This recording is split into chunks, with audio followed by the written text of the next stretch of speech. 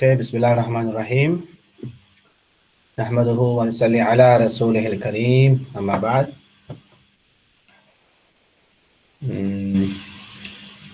Okay, so today is, of course, this is week 5. So what is our topic?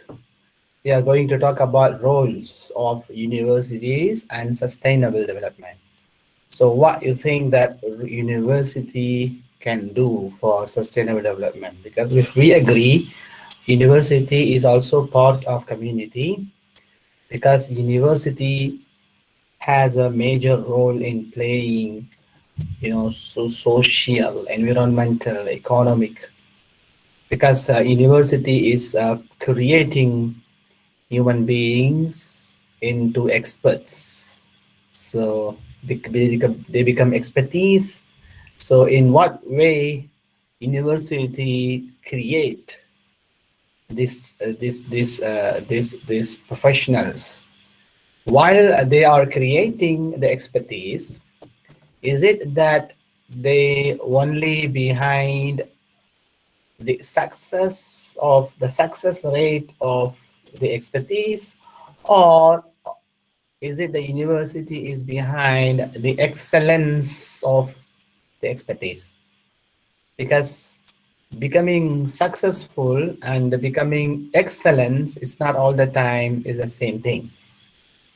So someone may have a huge money, right? So he became successful in the society, but he might not be excellent in any field, or maybe in some field. That's why he became the billionaire, right?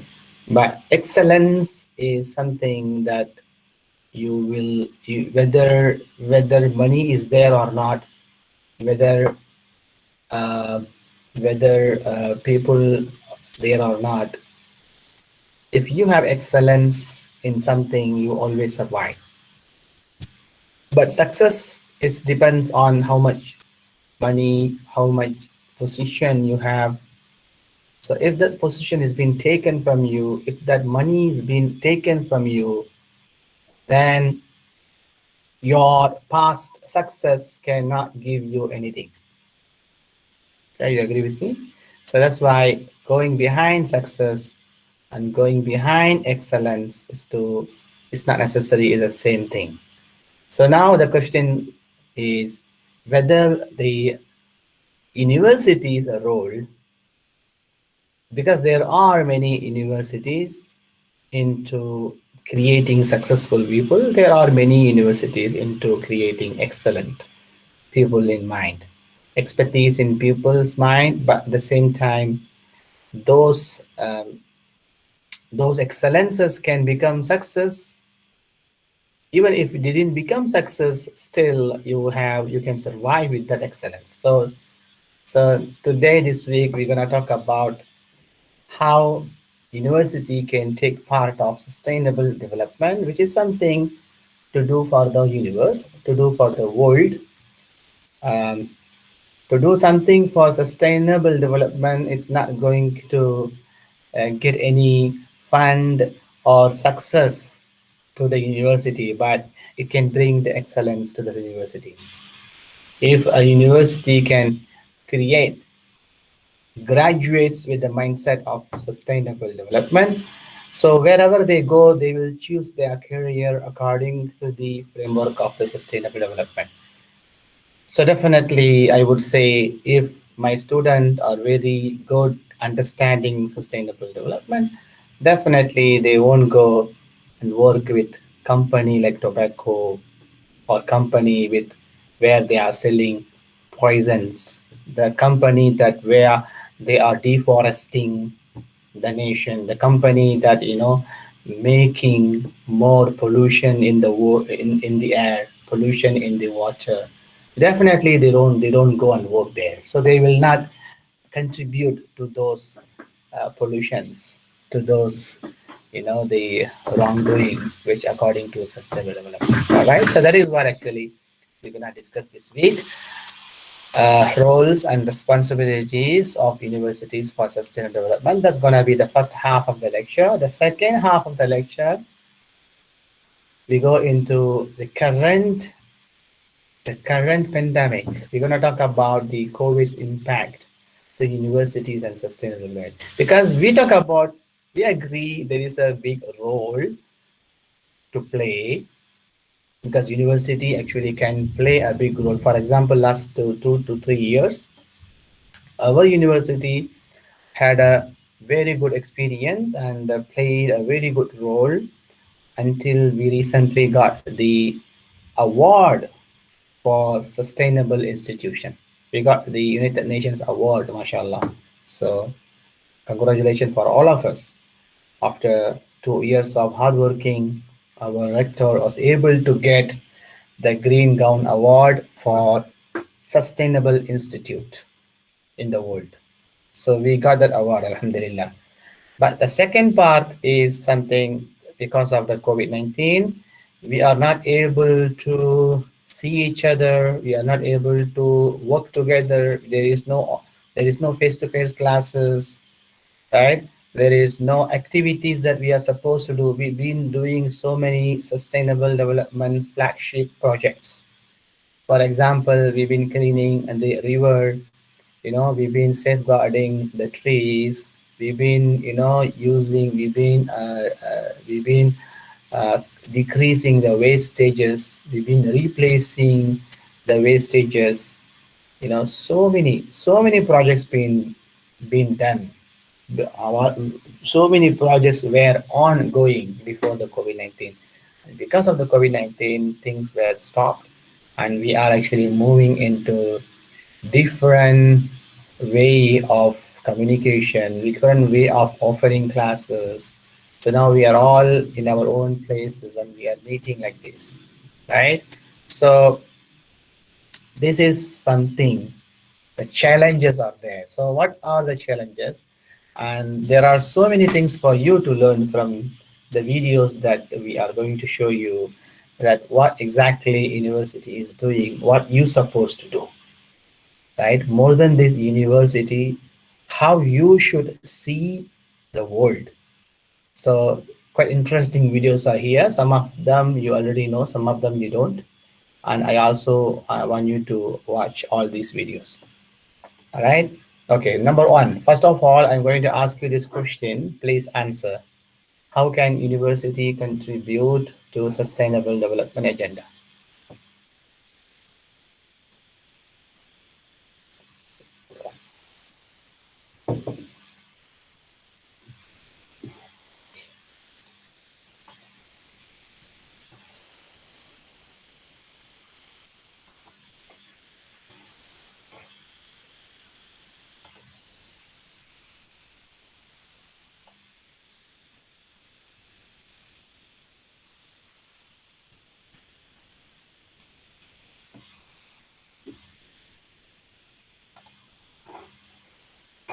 Yes, please go ahead. Give your answer. Just things coming to your mind. It's okay.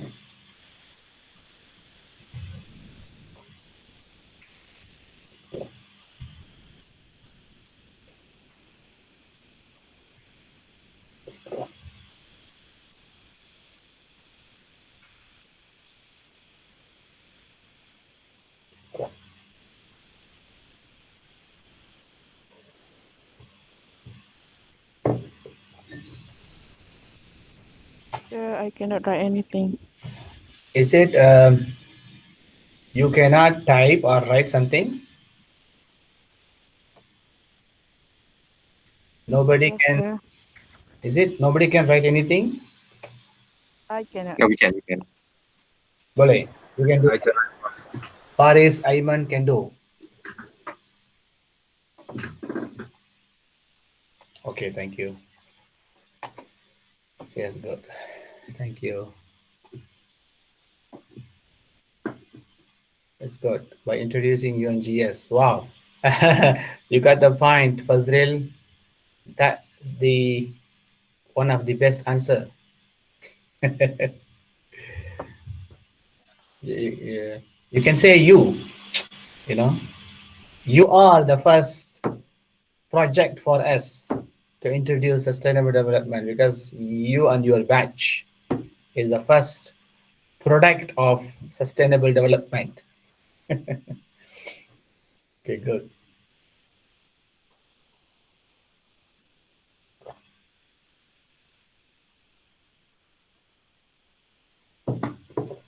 No, it's not about your what you do. Just tell what university can contribute. So that one is a different question. Will come later.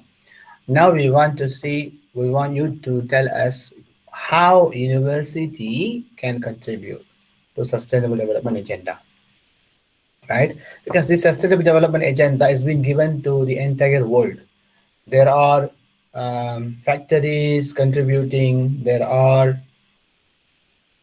hospitals contributing, there are transportations contributing, there are many government sectors contributing. So now, how can university can contribute? Okay, good. Use less paper to save the trees. I like that idea. Very good idea.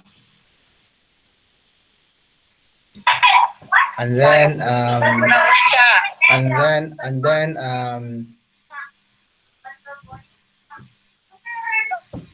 by educate the students about this matter. Very good. Providing special place for students to play in plan. Very good. Within higher education, there has been a lot of progress in terms of embedding sustainable development in on all levels. Good. By providing subject that related to sustainable development to install the knowledge. Very good. Enabling programs, creating a short program, giving financial assistance, set up recycling stations. Wow, mashallah. Very, very good ideas coming, huh? Good. Organize community service society, reduce the usage of bottle plastic. Yeah, we did actually, we did that. As a knowledge producer, support any programs or university through the help of supply fund to the B40 students. Supplying fund for the B40 students. Huh? Okay, like no poverty. Huh? Yeah, by reducing the usage of plastic. Okay, good. Organizing SDGs program. Yes. By supporting the long-term domestic and global goals of economic growth. Mhm. Okay, so there are some specific answer. I like it. There are some not so specific. It's quite generic.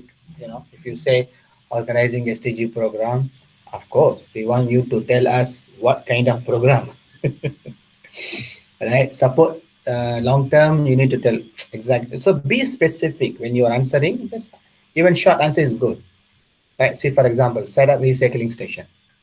Very good. Avoid paper plant plants, plant plants, and then avoid papers, reduce papers, make campaign for avoid pollution. Okay, very good. These are the things. Thank you so much, thank you. Okay, the next one is, what are you what are your role as university students towards sustainable development? Okay, this is a kind of the first one. We ask you about what university should do. Now you tell yourself as a university student what you're supposed to do. Be specific, yeah? Because now it's a fifth week. This is not the first week. So this is fifth week. You already keep on hearing the lecture on sustainable development. So now you already have most of the knowledge. All right. So be specific.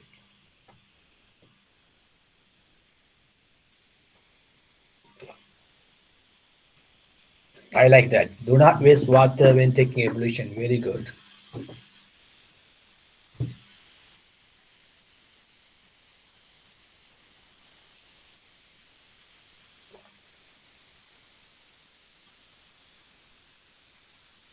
Yeah, go on, go on.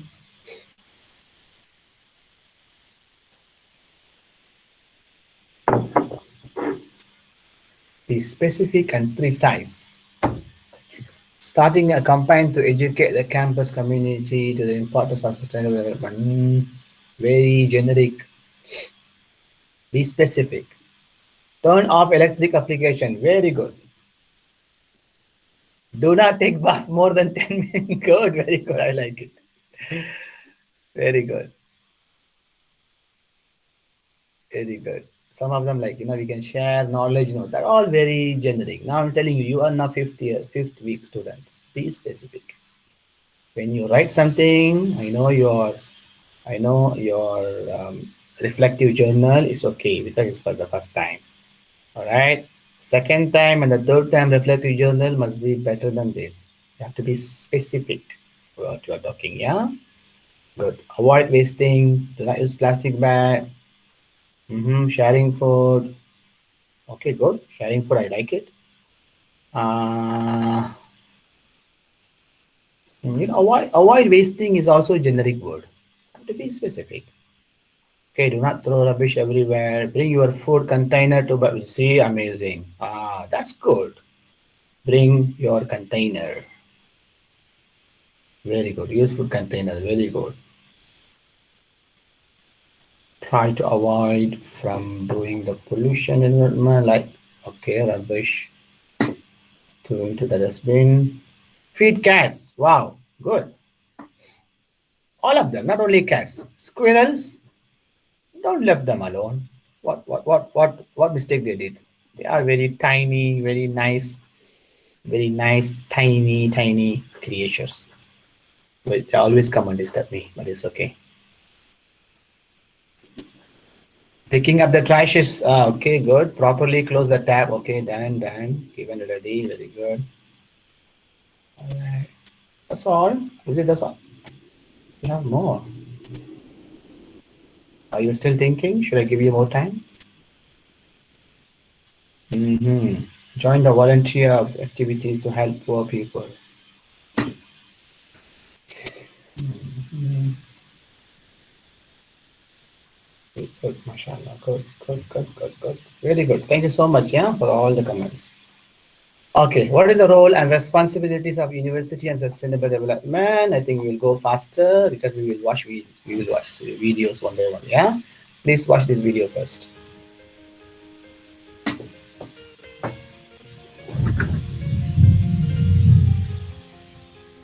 Yeah? But the first thing is that do we produce a good human being? Because that is what the falsafah pendidikan kebangsaan. And that's why in our strategic thing, we want to produce a balanced student.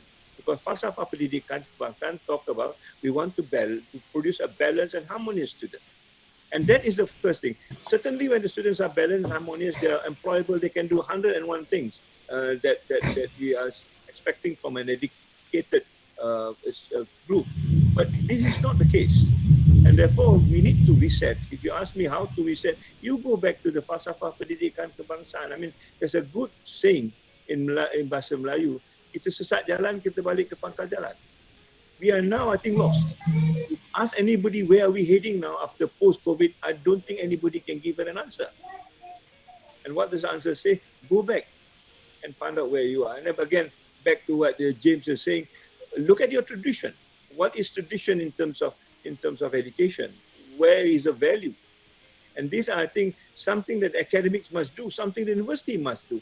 I'm very impatient in the sense that our university is only just nodding their heads and not giving answers to the challenges they are facing them. I mean, you're training thousands of minds, and you cannot just squander those minds just because we refuse to say something that would annoy other people, perhaps. And I think that's the duty that we need to do and say, look, we need to change. And everybody is talking about change now except the university. The university is not talking about change at all. Everybody is talking about change.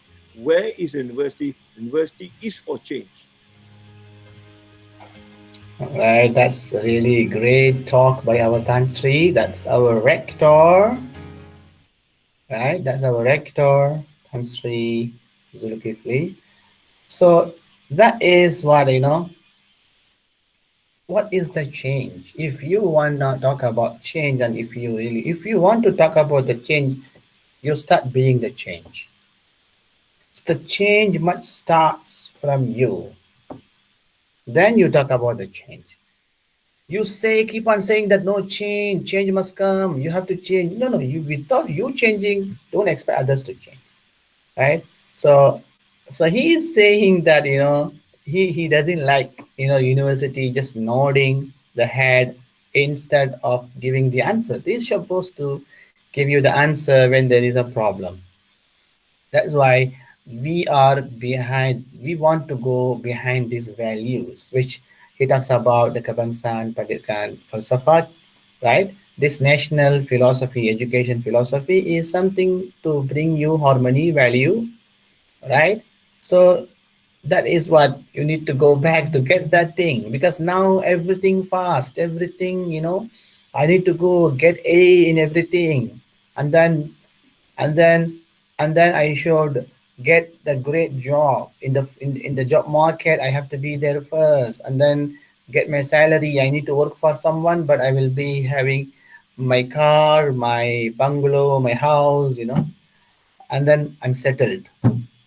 Not just only thinking about self, we need to think about everybody. That is what actually national education philosophy. So now these are the questions are in front of you. Is there anything wrong with university's education system now? Do you receive education that is needed by society needs or what industry needs? Sometimes, oftentimes this is the case. What we learn in universities, there is no market. What it is there in the market, we don't learn that in the university. In other words, what we learn here, we are not going to talk about it into the people outside the university. And what people are doing, talking in outside the university, we are not actually learning that thing inside the university, right? So do you think you are being educated to be a balanced person or being prepared for jobs employability? What do you think about the education you are receiving in IIUM now?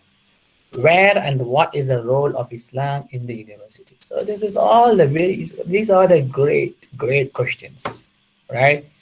So again, I know you might be thinking and asking back to me, sir, what is the point of coming to university and having the degree?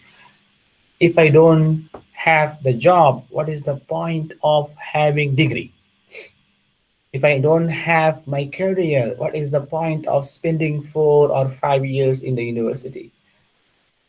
The university is not actually teaching you how you do better in your job.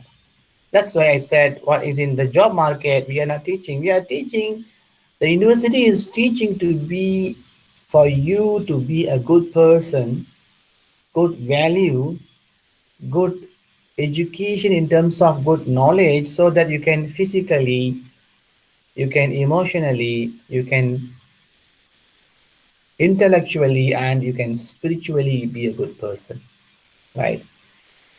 Look, if there is jobs comes and goes, but if there is no jobs available, the university is making you to create your own job. That is what actually a university should do.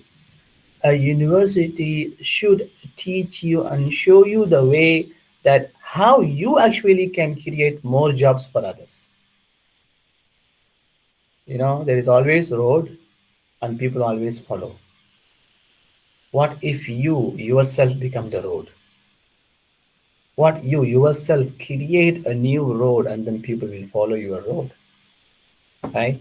That is what actually a university should concentrate and pay attention to it, to make you a complete man with all kind of skills, so that with that skills you don't have to wait for the job, but the job will wait for you. How's that sound? Huh? Anyway, don't worry about it now because you are all first year students. Yeah. So long time to go. Long time to go. Yeah. Okay.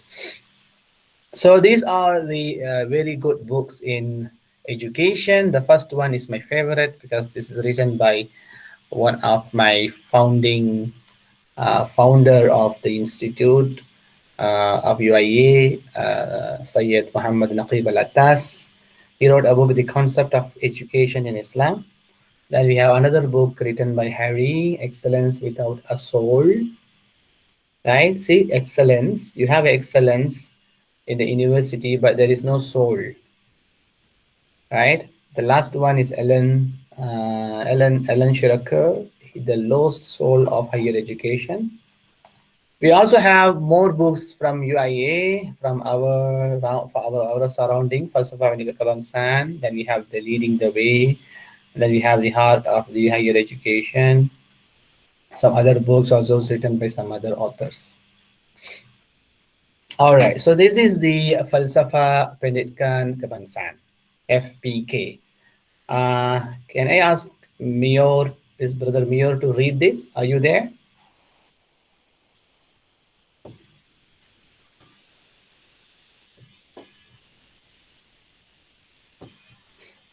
Or anybody else? Okay, I can, Prof. please go ahead. Falsafah Balkis. pendidikan kebangsaan. Yeah.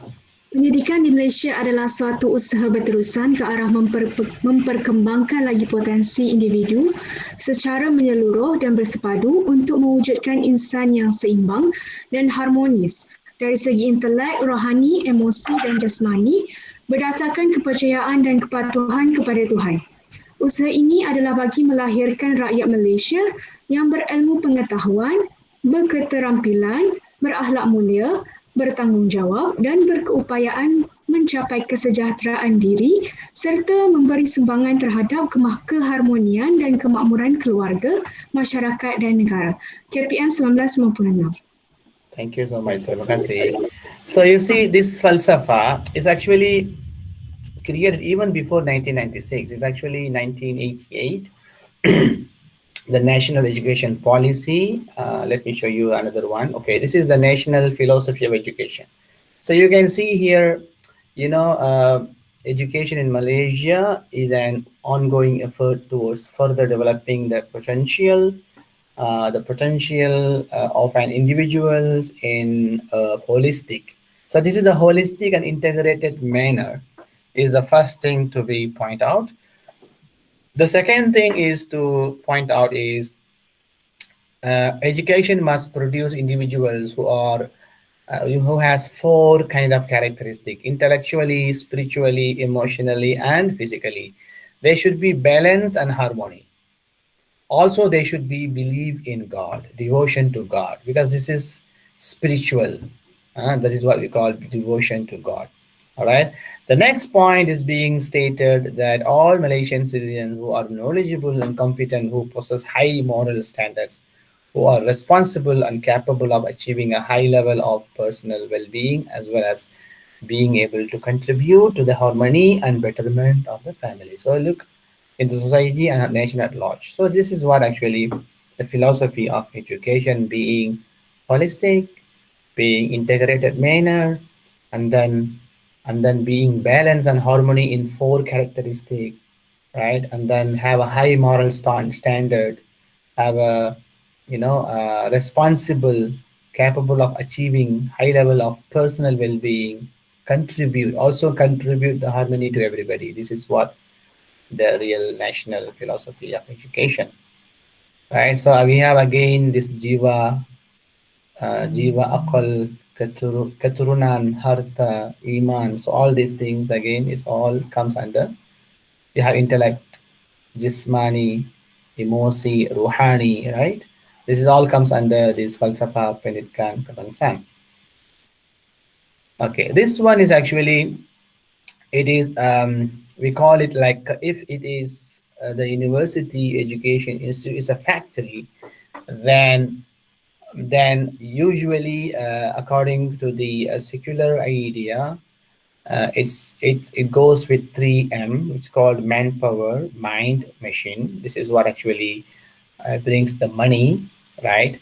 But according to the latest, according to the latest, whatever the changes are happening, is including the Islamic vision of looking into the teaching methods. We change the word from manpower to humanity, from mind to heart, okay, from mission to high touch, from money to humility. So you have vision through humanity, you have understanding through heart, you have clarity through high touch, you have agility through humility. So this is what before COVID-19 and after COVID-19, right? Okay, so please watch this video. This video will show you how we got sustainability institution of the year finalist.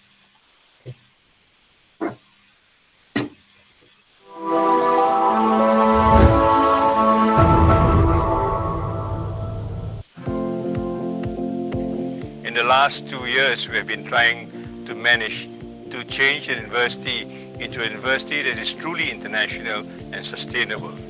In this way, we are able to move as much as possible nature of education for the future by changing not only the structure of the university, but also the knowledge base as far as the university is concerned. In other words, IIUM is moving into a whole institutional transformation, taking with it the national education philosophy, sustainable development goals, United Nations 4 pillars of learning, and other very important foundation as far as the university is concerned. Among the things we do to transform IIUM as a sustainability institution was to rename some of the offices and centers to suit their functions to promote sustainability agendas such as responsible research, student development, community engagement, and knowledge for change. We also introduced holacratic leadership and management, where everyone in the campus is empowered and entrusted to carry out their sustainability initiatives. Within a year, the impact of 29 flagship projects created could clearly be seen in 5 areas. First, the breaking down of academic administrative silos in a transformational way. 2, the building of voluntary teams and teamwork across the academic structure based on shared aspirations. 3, allowing for greater creativity and social innovation in translating SDGs into local context. 4, enhancing community engagement in co-problem solving based on SDG. And lastly, capturing data and information to be transformed into knowledge and wisdom. The formal classroom education is now linked to our co-curricular activities, which give more meanings to our community engagement projects. Through learning to know, learning to do, learning to be, learning to live together, and learning to become. I hope you have been able to see the gist of transformation that we are trying to do for the last 24 months using the whole institutional transformation and also carving a new idea of what a human university is all about as a kind of novelty for the future.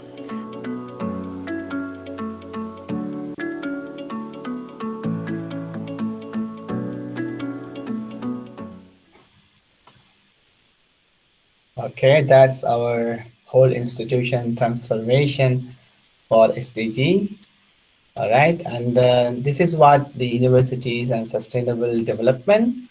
We have research, education, operations and governance, external leadership, Then we have also this triangle, which is teaching, research, community engagement, 3 things together.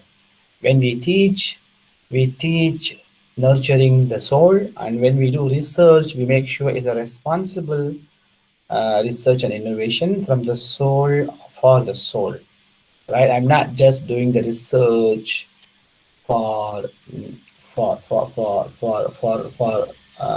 not using that for anybody. I'm doing it so that someone will benefit from the research. That kind of research is important. Then you have community engagement, celebrating the soul. So all this, comes together with soul. That's what Ruhani, your spirit must be there when you do teaching, research, and community engagement. Learning for sustainability. So this is what the video also talks about it. Learning to know, learn to learn, general knowledge and understanding. Learning to do, learning to live together, learning to be, learning to become.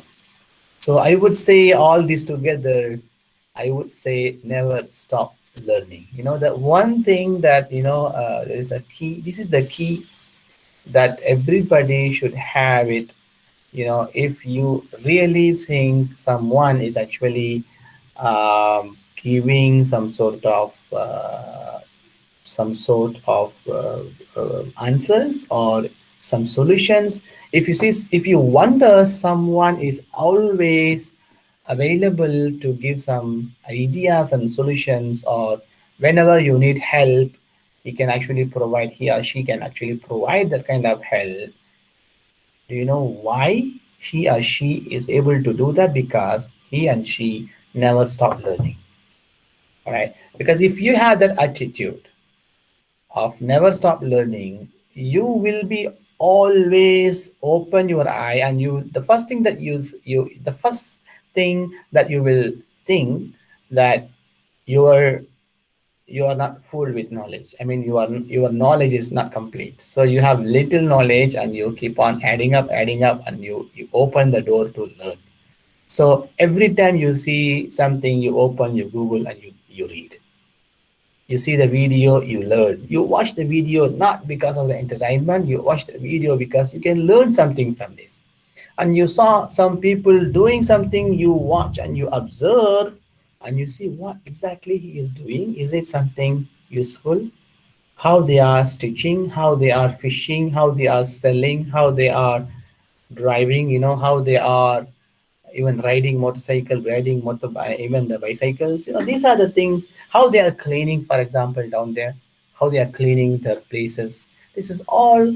Each and everything is a learning spot. All right. That's why learning to know, learning to do. When it comes to learning to do, you have skills, competence, practical ability.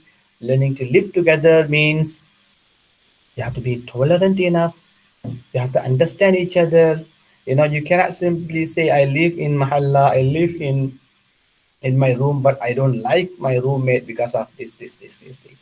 Because the tolerance level is, unless he is really harming everybody, but unless he is not harming, and he's not harming, but you don't like his activity, some of it, you should build the tolerance level, so that you can learn to live together.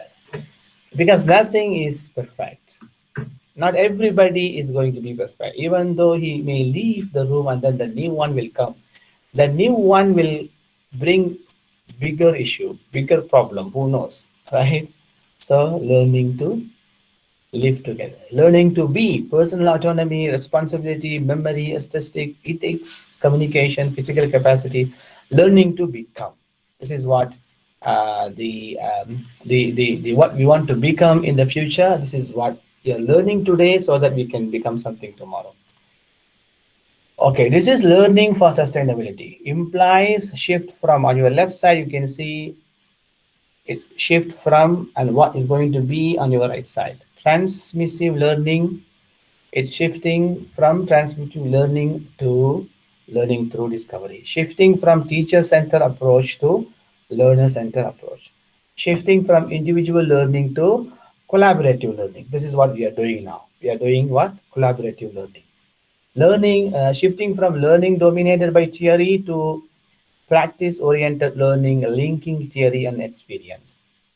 Shifting from focus on accumulating knowledge and content orientation to focus on self-regulating learning and a real issue orientation. Is that accumulating knowledge to regulating learning and a real issue orientation, not the content orientation, real issue orientation. Shifting from emphasis on cognitive objectives only to cognitive affectives and skills related objectives. Shifting from institutional staff-based teaching and learning to learning with staff, but also with and from outsiders, not only within the university, also from outside. Right? You can even learn from the guy who bring food to you. Maybe a guy from Food Panda or from Grab. You can also learn from him, right? Even you can learn from the cleaner, the makci, pakci. You can learn from the gardener. Remember, you have so much thing to learn from the gardener.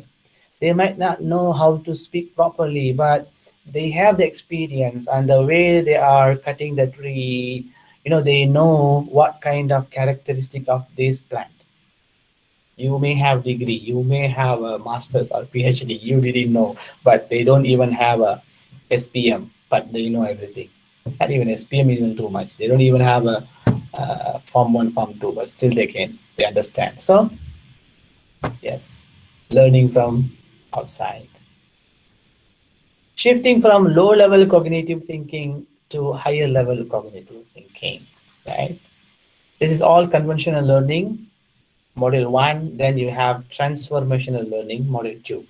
So now you can see the transformation from academic to academic and social, from monodiscipline to now trans interdiscipline. Remember this, interdiscipline, transdiscipline is very important. So let's say you want to go and learn laws. You are going to be in a law faculty. Make sure that you don't learn only particular law. Make sure that you are open to all kind of laws, whether it is a criminal law, civil law, comparative law, Sharia law. You must be open for everything. Even you have to be open beyond laws. Same thing goes to, the language studies, the Arabic language studies. So don't only concentrate on language, go to linguistic, go to literature. Don't forget about literature. Literature is as equal as language, right? So you need to even think about phonology in the language. You need to think about, all those, let's say, learning Arabic for specific purpose, right? For the specific purpose. Let's say you have to teach Arabic for those who lives in Arab countries, but they don't know Arabic, but they lives and works in the hospitals. So how much Arabic they need to know? The people, the non-Arab people who works in hospitals in Arab countries, how much Arabic they need to know? And there's a kind of division in learning Arabic and teaching Arabic for specific purpose. This is all new field. This is all so many new field. Now they are talking about, digital learning system. All right. They are talking about, creating trainings and all. Everything comes together. So remember, always open your mind. All right. Keep it open that you need to learn about all kind of disciplines, whatever the disciplines that are related to your study. Open up. Don't just stick with your course outline. You don't just stick with your courses that have been offered in the faculty. All right, try to see other than that, because today, as I told you, market knowledge is different from the university's knowledge, so you need to relate yourself. So mode one was predictive, now become, technocratic become participative, predictive become exploratory, certain become uncertain, homogeneous become heterogeneous, individual production, care production. So this is all the differences are there from conventional learning to transformational learning. Anyway, remember this: to be, to do, to know. So you have knowledge, attitude, skills, right? So this is also teaching, exposure, acceptance, actual exposure, thinking and action, internalization, acceptance. So this all comes like learning, teaching, exposure, and then acceptance.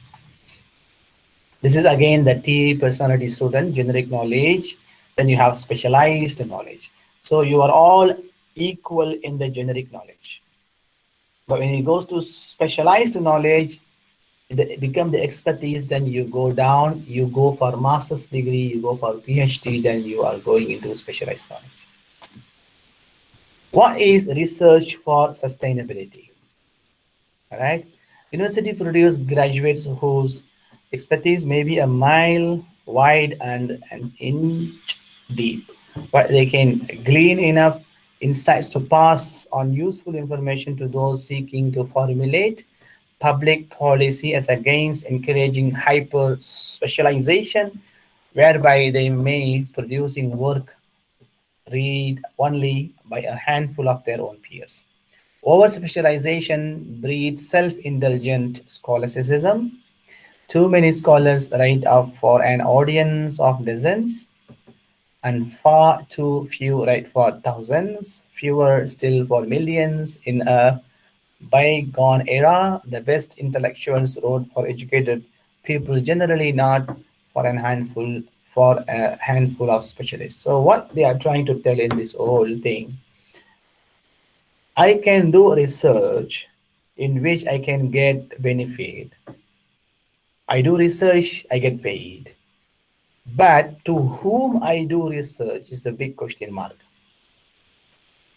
Let's say you want to do research of,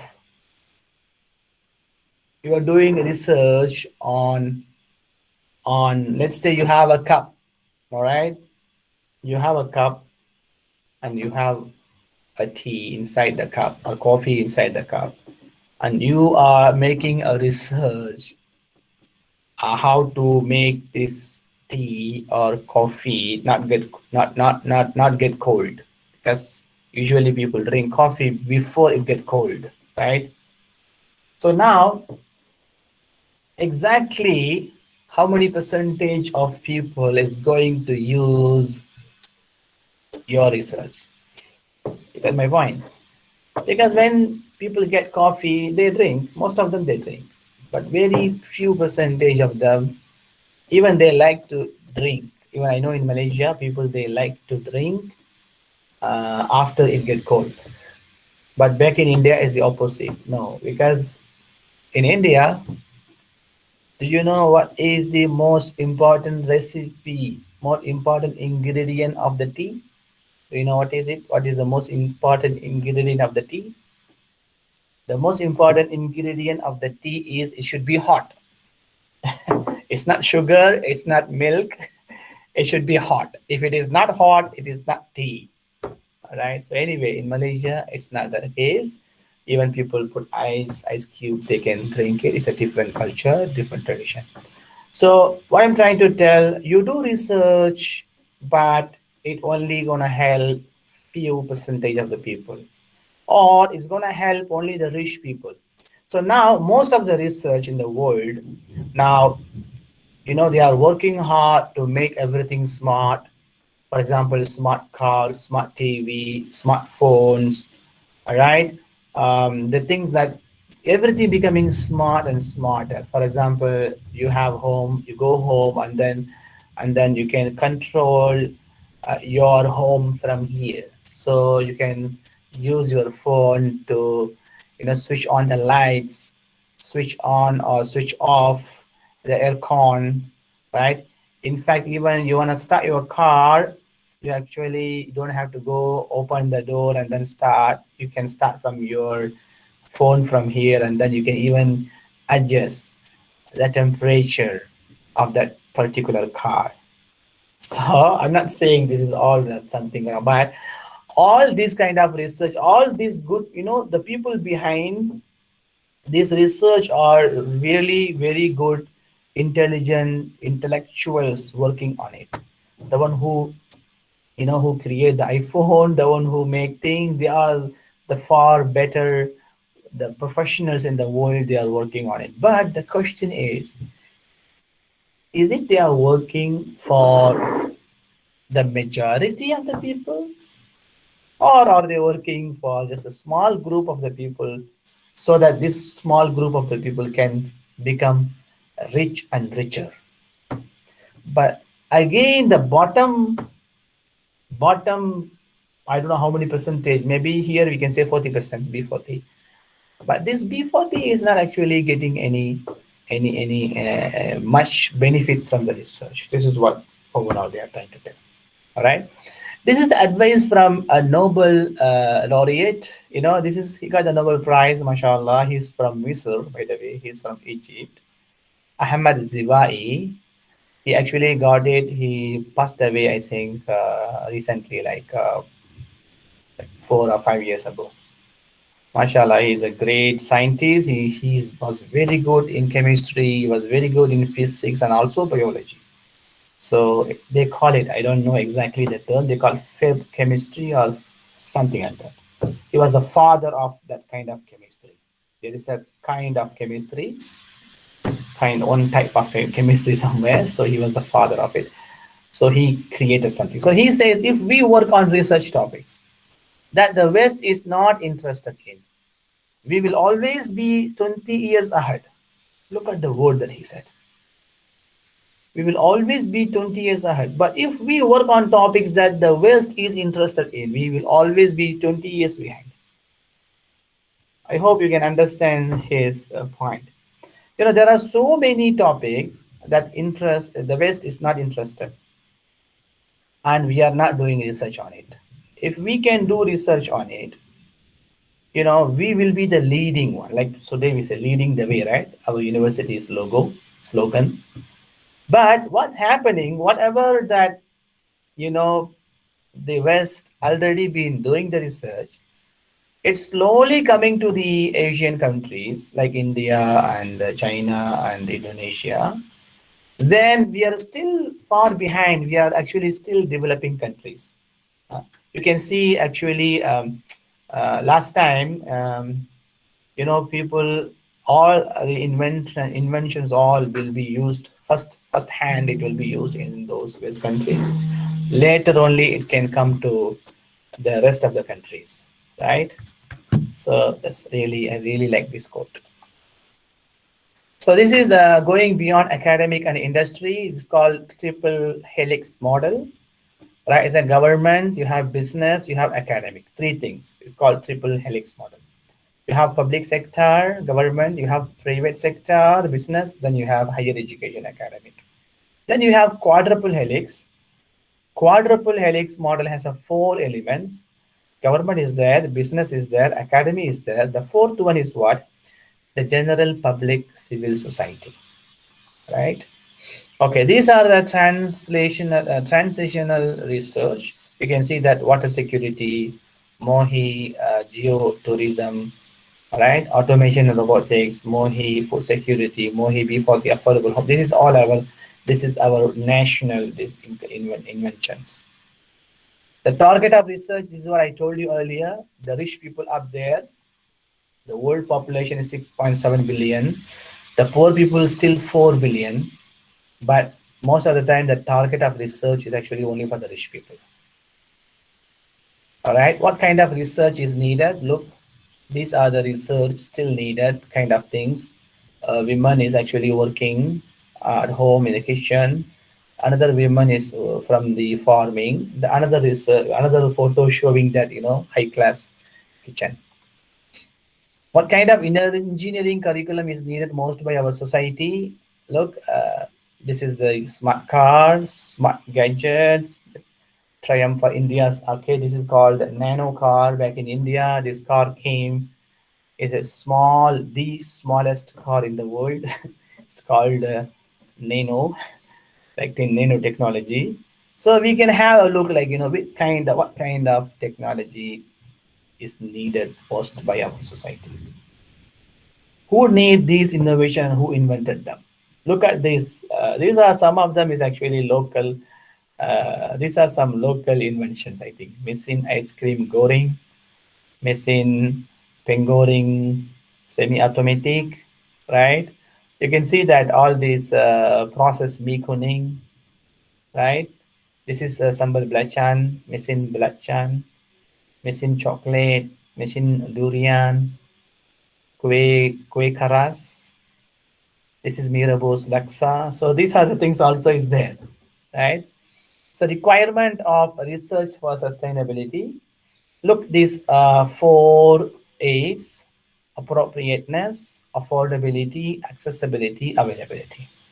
So this is what the research for sustainability. Appropriateness, especially with regard to cultural sensitivity and local values, whereby content of research as well as the approach utilized to do not run contrary to moral values, ethics, and communal norms. This is appropriateness. Make sure it's appropriate. Make sure it's affordable, to ensure that the research output offered can be attained by all members from all levels of society, specifically those at the bottom billion. Accessibility, make sure that it ensures that research outputs or devised are not exclusive and take into account the needs of the public without excluding certain groups.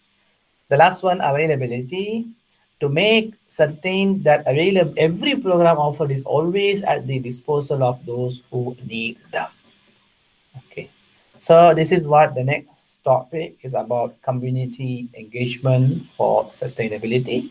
So inshallah, we will be starting this chapter, Community Engagement Sustainability, inshallah, after the break. So let me see you at 7:15. Thank you. Okay, Bismillahirrahmanirrahim. Let us start. So, okay, let's go to community engagement for sustainability. Let me ask you this question. How do you contribute for sustainability of the community that you are living in? So before this, it was about university. Now, when you go back to community, so tell us, how do you contribute for sustainability? Please write it down and remember, be specific.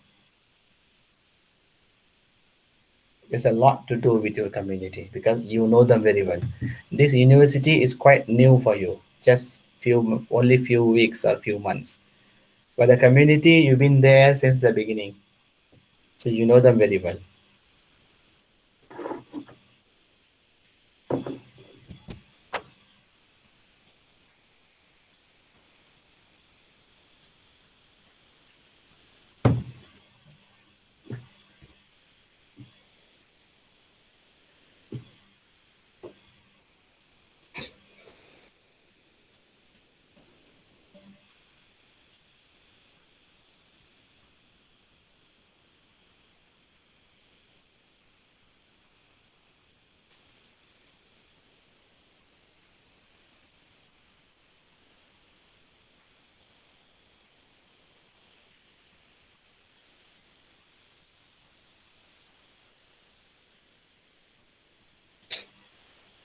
Okay, use the best of your social media by donating clothes for needy. Good. Educate my community. Paying zakat is good.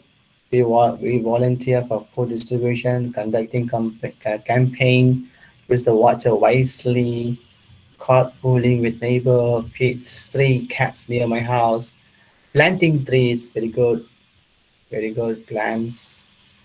Okay, go ahead. Good ideas are coming. Now you know very well because you keep on hearing about sustainable development. So better now you are familiar with this idea. So I think it's not something new to you.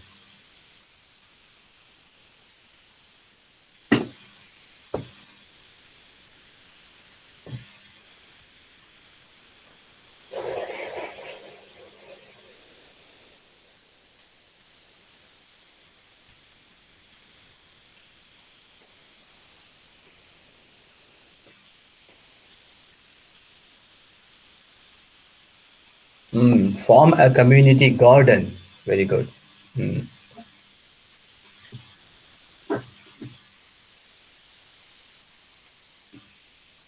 Donate clothes, money, food. Donation is good, but are you going to be donating all the time? How are you going to make them buy for themselves? Right? You know this, right? You know this.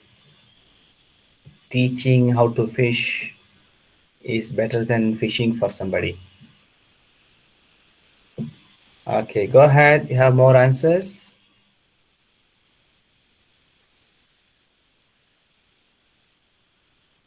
Good. Collect rainwater for washing cars and indoor plants. Very good, very good, very good. I like that one. Collect the rainwater. Yes, you should make a kind of place where you can collect and use the same water rather than using the fresh water. Providing shelter to those who are in need through collaboration and allocating some money. Eat locally. Yes, I like that idea. Eat locally, support BMF. Very good. I like that one. Join the charity program. Come on, I've been expecting more from you. Exchange books with friends. Okay, that's good. Very good, because you don't have to make them. You know what happens? We buy new books and we use it and then we throw, or we give it to Makci or Pakci, the one who give you, paper lama. Rather than going be that, why don't you exchange the book with somebody?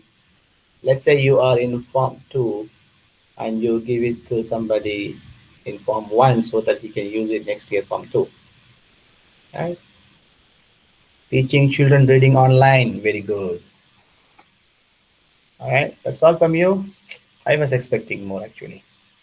Anyway, it's okay. Thank you so much. All right, what is the third mission of universities? This is what they have: community engagement for sustainability. University have now been given a new mission to transfer technologies in addition to their traditional mission of research and education. The idea of industry university cooperation has thus gained social recognition. See, this is what actually we ask ourselves the question. You know, we are living, our university is in Gombak. We we have created thousands and thousands of graduates. We've been sending people to the whole world in so many places, in so many countries. Our students, they became ministers, they became member of parliaments, and they became CEOs. They became, you know, professionals. But what we have done to those kampong that just beside our university, there's a kampong susu, a kampong, what is it? Kampong, there's a kampong Sungai Chinchin, the other side, right? Kampong, there's another kampong here beside our university. So what we have done so far for them, is it their lifestyle changed? Is it they been informed about the new changes? Do they have any did they share any knowledge with us? Did we go and take care of them? Did we at least ask them what is your need? Right?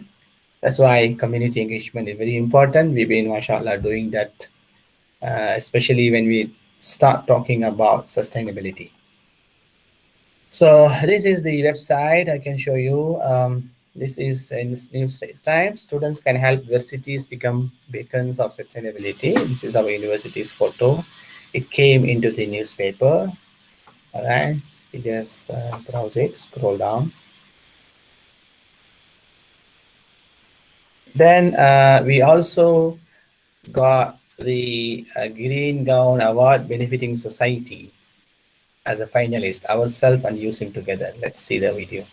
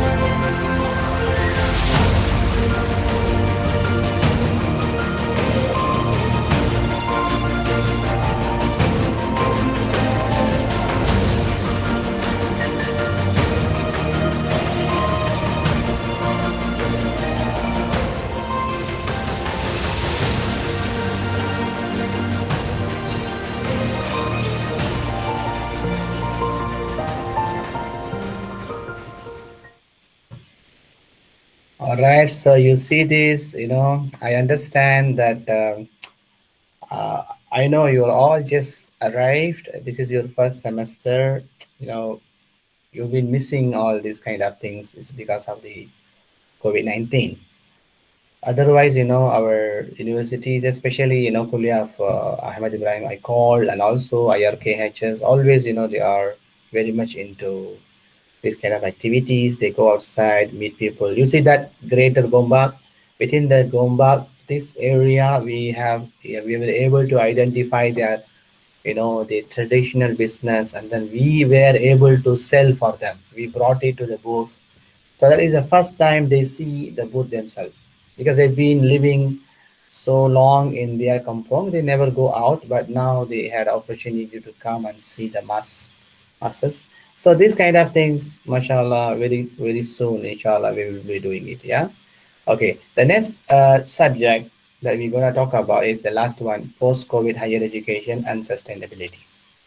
Um, this is something you need to know three things here. Number one, there is a COVID-19, and then how COVID-19 affects the higher education. Like, for example, I think since the beginning, like for you, the example that I can take as you, because since the beginning, you've been never been to face-to-face classes, right? So we had to cancel the Ta'aruf program. We minimize the program. I know, mashallah, most of you still in campus, right? So what is the impact on higher education? What gonna happen in future? I want you to be realistic, all right?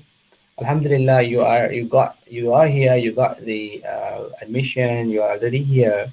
For people who comes next, even next years, and then there is a there is a possibility of looking into the thing. You look again into education, what exactly education is all about, and how actually we can make this thing happen again. Because one COVID may come and go, the waves can come and go, but education must be there all the time. You cannot lose that. For example, because of the COVID-19, I don't want to go to university. Then you are going to lose it. I know, I know the difficulty, but you have to be participating in this institute knowledge, any knowledge institute, so that you won't be missing things. You are in the flow of moving from one place to another place. Because of COVID-19, if you say I don't want to go get into admission, then you are actually losing that 1 year, isn't it? So, but still again, you need to cope up with all the changes is happening around. So this subject is going to show you what are the changes.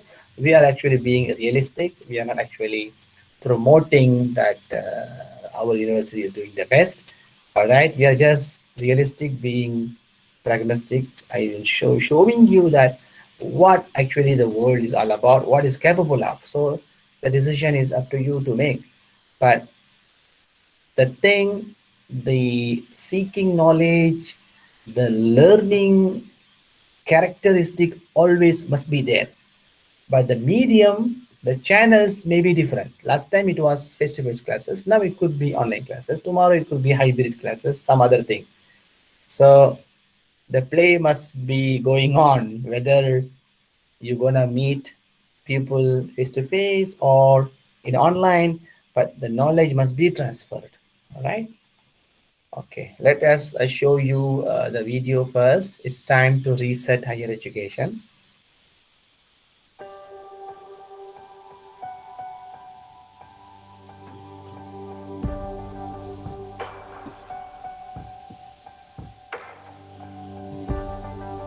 If and when this COVID-19 is over, our world will change and the higher education probably will no longer be the same.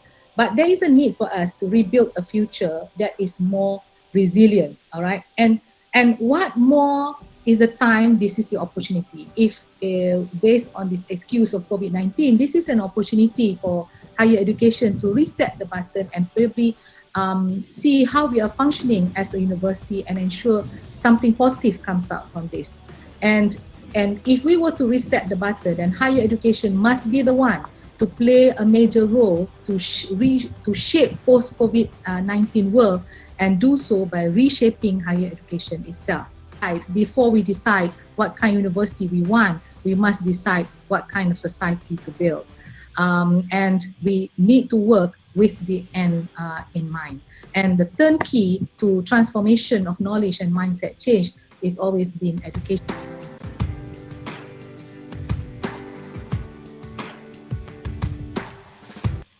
All right, that one. There's another one.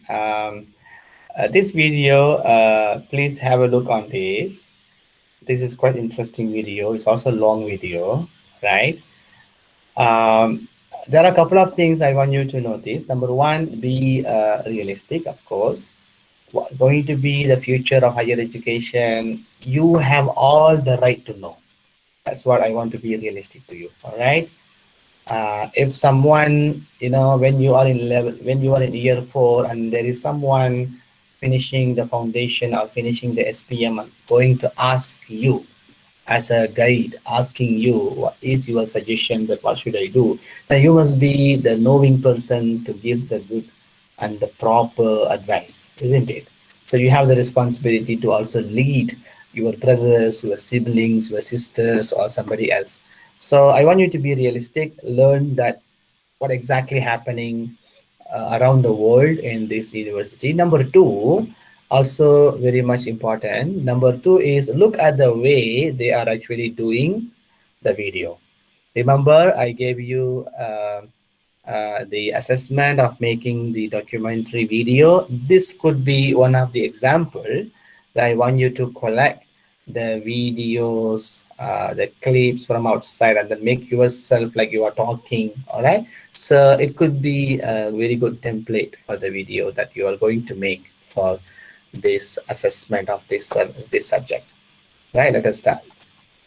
The coronavirus has upended the world of higher education. In March, students were abruptly sent home. Classes were moved online. Now, as campuses across the country sit empty, administrators are scrambling to prepare for what comes next. In many ways, the attack that COVID represents to higher education is a really straightforward assault on the bottom line. The financial challenges are severe. I mean, I won't kid you, they're profoundly challenging. There will be more bankruptcies, more business failures, more need for federal and state bailouts. The pandemic has thrown the budgets of public and private colleges into turmoil. Since the lockdowns went into effect, they have seen their revenues drop and their expenses climb. I think, more than belt tightening, this may be something like reconstructive surgery, if not actually, thoracic surgery. With all education now virtual, e-learning is having a moment. When students were sent home mid-semester, American higher ed began what was essentially a nationwide experiment. In the space of 3 weeks, all learning was moved from the classroom to the internet. This has accelerated the trend towards online education and raised more fundamental questions about the value of a college degree. College students suing Drexel University, the University of Miami, and others saying online learning is no replacement for a bricks and mortar on-campus experience. What will be the lasting legacy of COVID-19 for higher education? Could this virus lead to a wave of college and university closures? Will the classroom we once knew gradually return, or could COVID permanently transform how we learn? Whoa. Hey, Brian. To help answer these questions, I spoke to Brian Alexander, a higher education futurist. As his title suggests, Alexander spends a lot of time contemplating what might happen in the higher education space. In a passage included in his 2020 book, Alexander suggested the possibility of a global pandemic transforming the industry. I wrote the chapter in 2018, 2019, and I'm afraid it is chillingly prescient. But how do you imagine a post-COVID future when so little is known about COVID itself? With so much uncertainty surrounding the pandemic, Alexander believes it's impossible to divine any one outcome. Instead, he sees 3 potential paths for the future of higher education. One is that we could be in the middle of a short plague, and that is something which burns out relatively quickly. That perhaps a month from now, we are very, very far down the downhill side. and that come August and September, we'll be in good shape and colleges and universities can open their physical doors to welcome face-to-face students again. The second possibility is that the pandemic will extend through December into 2021. In that case, then we have to think about higher education being virtual throughout the entire fall semester. Recently, the California State University system announced that it would be canceling most in-person classes in the fall and will instead hold them online. This is significant because the Cal State system is the largest four-year university system in the country. The system is also one of the most diverse in the country, with 1/3 of undergraduates the first in their families to attend college. One of those is Anna Ruth Bertolazzi, a senior at San Francisco State University. As a single parent, my son, he's a 7th grader, soon now close to be an 8th grader. It was a challenge. Like many students, one challenge Anna has faced are class disruptions due to a slow internet connection. There are moments when if I ask a question to my Zoom class professor, my voice is not even projecting or it stops. Students like Anna would also be impacted by Alexander's third forecast. A third possibility is that instead of having a simple pandemic, short or long, that we'll have something more complicated with multiple waves. For academia, I dubbed this the toggle term. This is when a campus will have to switch back and forth between face-to-face instruction and wholly online instruction. Each of these scenarios would be costly.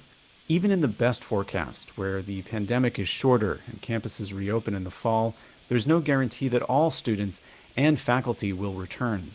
That means smaller classes and less revenue for schools. If the fall semester is online, Alexander expects the financial hit to be even more severe, as more students demand tuition breaks.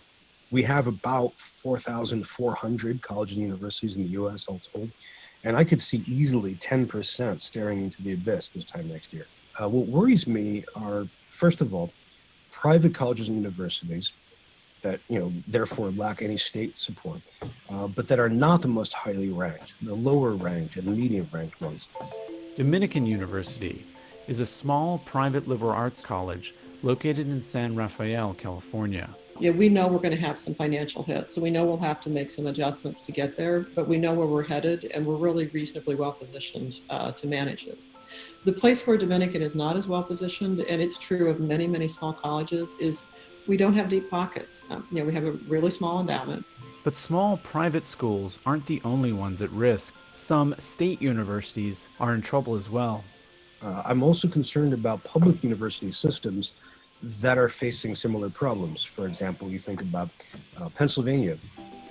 One of the public systems at risk is Pennsylvania's state system of higher education, which is made up of 14 state-owned colleges and universities. The challenges of higher education, public higher education generally, they're pretty acutely concentrated here. Obviously, a historic pattern of declining public investment has forced universities to increase tuition and actually net average price overall.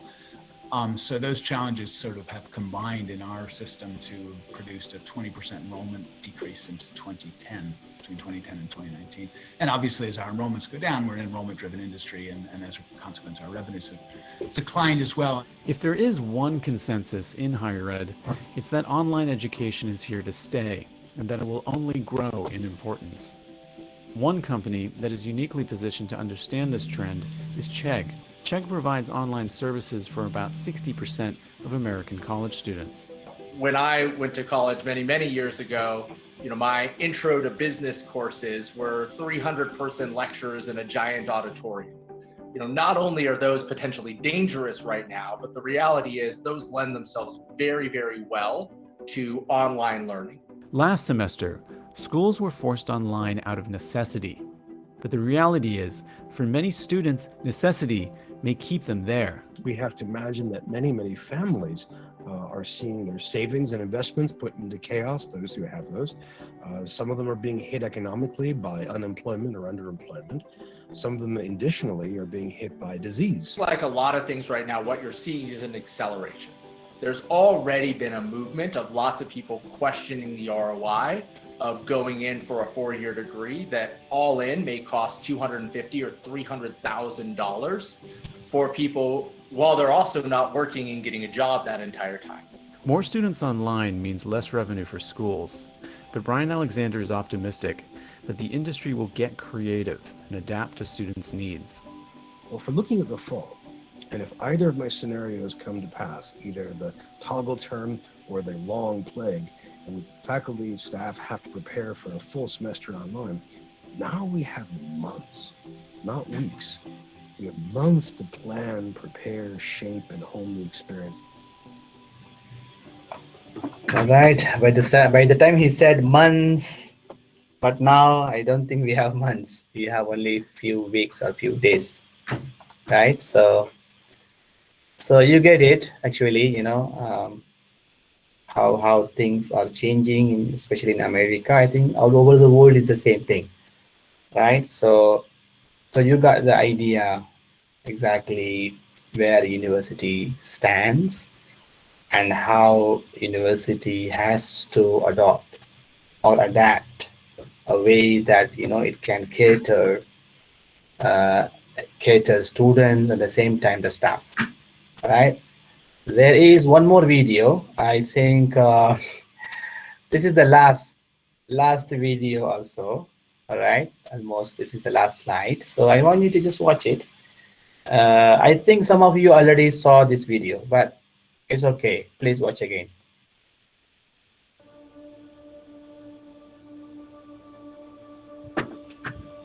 Your son is a failure. He's barely passing my class, and with grades like this, I'm just not sure what kind of future he's gonna have. What do you have to say for yourself? You're supposed to graduate this year. Listen to Mr. Johnson. What kind of future do you think you're gonna have? With all due respect, don't call me a failure. Failure is an event, not a person, in fact. And you talk about the future, Mr. Johnson, but you're not preparing us for that. Excuse me? Just listen to what I'm saying. This should be good. Would you agree that in the future, most careers will become automated? Yeah, so? So the people who succeed will have to be curious, innovative, with resilience to adapt to new changes. What's your point? My point is, the focus in this school is not on that. It is on regurgitating information and test taking, and that's just real. But in today's world, creativity is the most important leadership skill. Oh, that's how you feel. You don't have to believe me, but maybe you will believe the 1,500 executives who recently said creativity is the most important leadership skill. See, pretty soon, no one will be hired because of what they know. Because who cares what you know or if you've memorized a fact? We've got Google and Siri for that. In the future, people will be hired because of what they can do with their knowledge. Can they creatively solve real-world problems, not just follow instructions or directions and bubble in multiple choice questions? So, Mom, that's why I'm stressed, because these robotic tasks we learn in school should stop. Because no one can do a robot's job better than a robot. Billionaire founder of Alibaba, Jack Ma, said that we should not compete with artificial intelligence, but instead focus on developing unique human intelligence. Mr. Johnson, drills are for teeth, not the human mind. So these repetitive knowledge-based tasks we must leave behind. Or in the future, you're gonna find a lot of people graduating out of your class right into the unemployment line. See, many top companies today don't look at grades. Mom, that old way is expiring. Google has been quoted as saying GPAs are worthless criteria for hiring. Founder of Tesla, Elon Musk, agrees. So I say this with unease and sorrow. If you continue to teach today as you taught yesterday, then you rob us students of tomorrow. Mr. Johnson, I'm gonna keep it real with you. Sometimes sitting in your class is tough. I'm constantly thinking, if I don't look up at the clock, maybe it'll speed up. So I listen to you do my work and pay attention, feeling like an hour had to have gone by. But it was only 3 minutes. So if you wonder why we're bored in class, look, you wanna get a kid to hate reading? Give them this, a school textbook. And some people think it's our fault, and that hurts me. They say you can lead a horse to water, but you can't make him drink. And to that I say no. Firstly, you can put salt in that horse's hay and make him thirsty. And if you bring joy in your classroom, you can make any bad student nerdy as he or she discovers the beauty of truly learning. Mr. Johnson, I mean no disrespect. You have the most important job on this planet. You build, create, and save lives. But if you really care about my future, like you say, then you have to fully commit and ask yourself honestly, how do I prepare a child for a future that doesn't yet exist? Here's a hint. The answer is not found in this. It's using this and this. See, in the future, we will need more passion and compassion. People with inspired hearts and wisdom to uplift this planet. And Mom, I love you, but can I be real? Go ahead. You want to know one of the biggest factors for childhood success? It's not IQ. It's family meals. And we haven't had one of those in a while. See, I know sometimes you don't feel proud, because I may not be a straight A student, but I'm not stupid. These tests may be 70% of my grade, but they're 0% of my future. But don't worry, I'll pass this class and get through this. But I need you to give me the space I need to be me and live true. Because the best feeling in the world is that your own parents get you. There's a passage in a book called The Prophet by Khalil Gibran. And if you don't mind, I'd love to share it with you. Go ahead. See, he says, your children are not your children. They are the sons and daughters of life longing for itself. They come through you, but not from you. And though they are with you, they do not belong to you. You may give them your love, but not your thoughts, for they have their own thoughts. You may house their bodies, but not their souls, for their souls dwell in the house of tomorrow. So Mom, I'd appreciate it if you give me the love that I need to pursue my dreams. See, if we are to succeed, all three of us need behavior change on all fronts. We talk about the future, but the future is now, and it is created now by all of us. I've never heard you speak like that before. Yeah, I didn't know. But I'm going to reach out to administration and try to change some things. You have my word.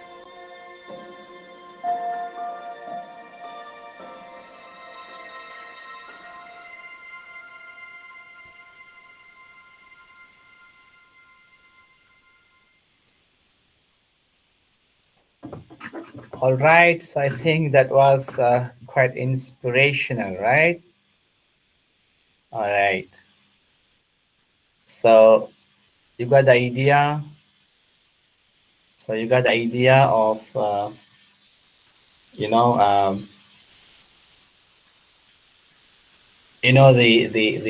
learning and teaching system. It's like, you feel like you